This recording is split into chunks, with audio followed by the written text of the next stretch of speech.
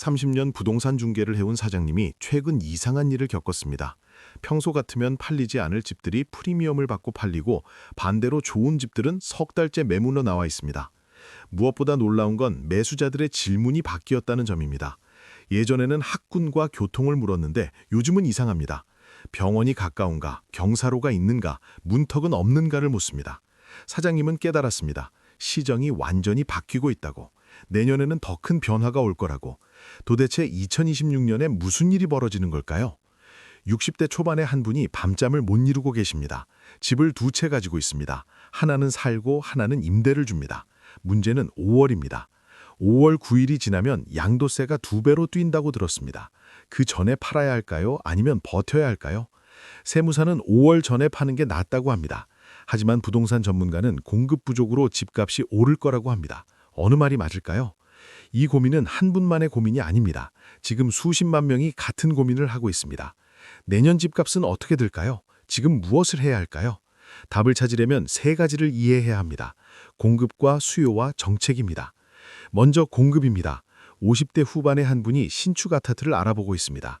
자녀 결혼 준비 때문입니다. 중개업소를 여러 군데 다녔습니다. 놀라운 사실을 알게 되었습니다. 내년에 들어올 신축 아파트가 거의 없다는 것입니다. 수치로 보면 더 충격적입니다. 수도권에 내년 입주할 신축 아파트가 11만 호 정도입니다.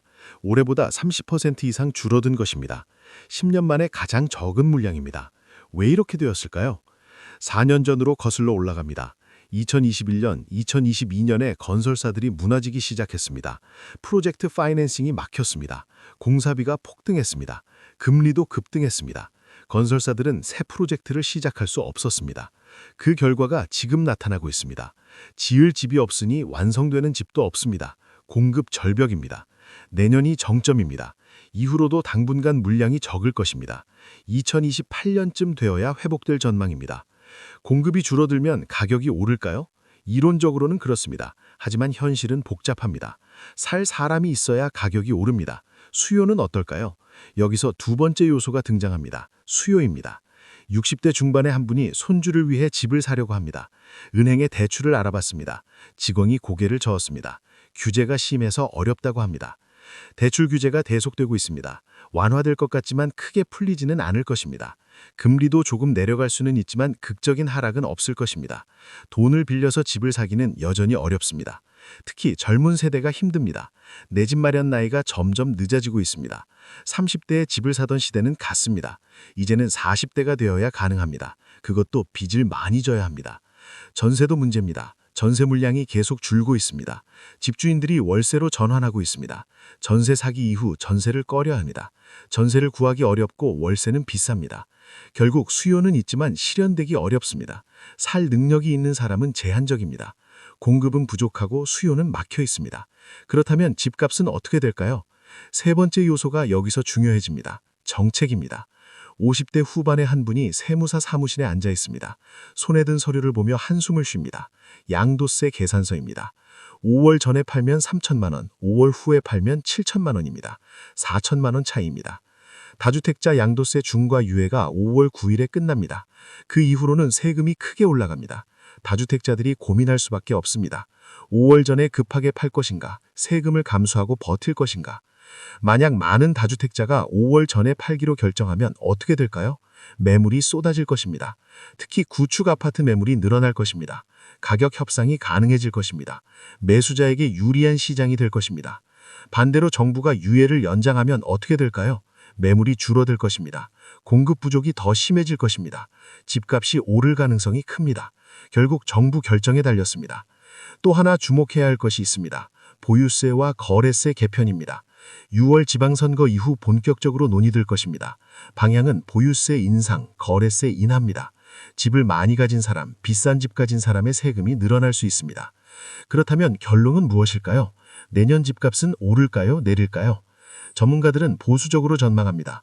전국 평균으로는 거의 제자리 걸음일 것입니다. 하지만 지역별로 천차만별일 것입니다. 서울과 수도권 신축은 오를 것입니다. 공급이 절대적으로 부족하기 때문입니다. 웃돈을 주고서라도 사려는 사람이 있을 것입니다. 반면 구축 아파트는 정체되거나 약세를 보일 것입니다. 5월 전후로 매물이 나올 수 있기 때문입니다. 지방은 회복세를 보일 것입니다. 몇 년간 침체했던 지방시장이 바닥을 치고 오르기 시작할 것입니다. 정부 지원도 있을 것입니다. 대출 규제도 덜합니다. 하지만 모든 지방이 오르지는 않을 것입니다. 광역시 중심부는 오르지만 외곽이나 소도시는 여전히 어려울 것입니다. 그렇다면 지금 무엇을 해야 할까요? 상황별로 다릅니다. 먼저 다주택자라면 진지하게 고민해야 합니다. 5월 전에 정리할 것인지 결정해야 합니다. 정리한다면 어떤 집부터 팔 것인지 계획해야 합니다. 세무사와 상담하십시오. 세금을 정확히 계산해 보십시오. 5월 전후 차이를 명확히 알아야 합니다.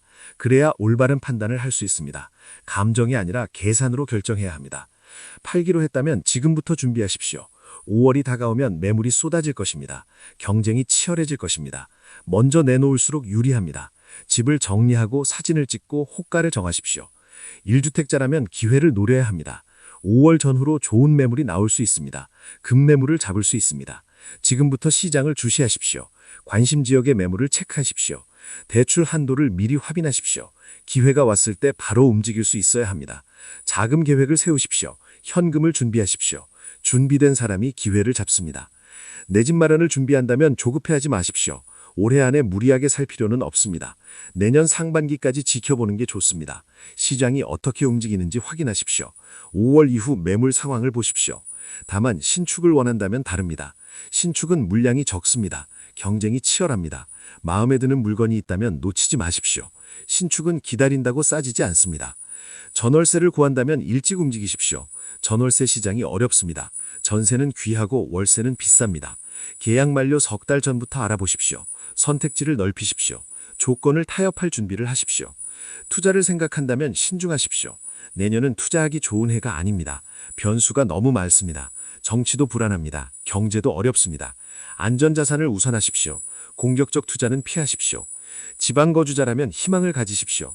지방시장이 살아날 조짐이 보입니다. 바닥을 쳤다면 이제 오를 차례입니다. 하지만 지역을 잘 선택해야 합니다. 모든 지방이 오르지는 않을 것입니다. 현금을 확보하십시오. 이것이 가장 중요합니다. 기회는 준비된 자에게만 옵니다. 대출만 믿으면 안 됩니다. 규제가 언제 바뀔지 모릅니다. 자기 돈이 있어야 혁상력이 생깁니다. 전문가를 활용하십시오. 혼자 판단하기 어렵습니다. 세무사, 법무사, 중개사와 상담하십시오. 특히 세금 문제는 복잡합니다. 전문가 도움이 필수입니다. 비용을 아끼려다 큰 손해를 볼 수 있습니다. 조급해하지 마십시오. 부동산은 타이밍입니다. 급하게 사면 비싸게 삽니다. 급하게 팔면 싸게 팝니다. 여유를 가지고 기다리십시오. 좋은 기회는 반드시 옵니다. 하지만 기회를 놓치지도 마십시오. 망설이다가 놓치는 것도 문제입니다. 준비하고 기다렸다가 기회가 오면 과감하게 결정하십시오. 그것이 부동산의 지혜입니다. 내년은 변화의 해입니다. 위기이자 기회입니다. 공급 부족, 정책 변화, 마켓 양극화, 이 모든 것이 섞여 있습니다. 혼란스럽지만 기회도 있습니다. 준비된 사람에게는 기회가 될 것입니다. 가장 중요한 건 자신의 상황을 아는 것입니다. 다주택자인지 1주택자인지, 서울에 사는지 지방에 사는지, 살 계획인지 팔 계획인지, 상황에 따라 전략이 다릅니다. 남의 전략을 따라하면 안 됩니다. 시장을 읽으십시오. 눈자만 보지 마십시오. 매물을 보십시오. 거래를 보십시오. 사람들이 어디로 움직이는지 보십시오. 시장은 살아있습니다. 변합니다. 그 변화를 읽어야 합니다. 2026년은 선택의 해입니다. 올바른 선택을 하는 사람과 그렇지 못하는 사람이 갈릴 것입니다. 지금 무엇을 하느냐가 1년 후를 결정할 것입니다. 현명한 판단으로 좋은 결과 얻으시길 바랍니다. 이 영상이 도움이 되셨다면 구독과 좋아요 부탁드립니다. 감사합니다.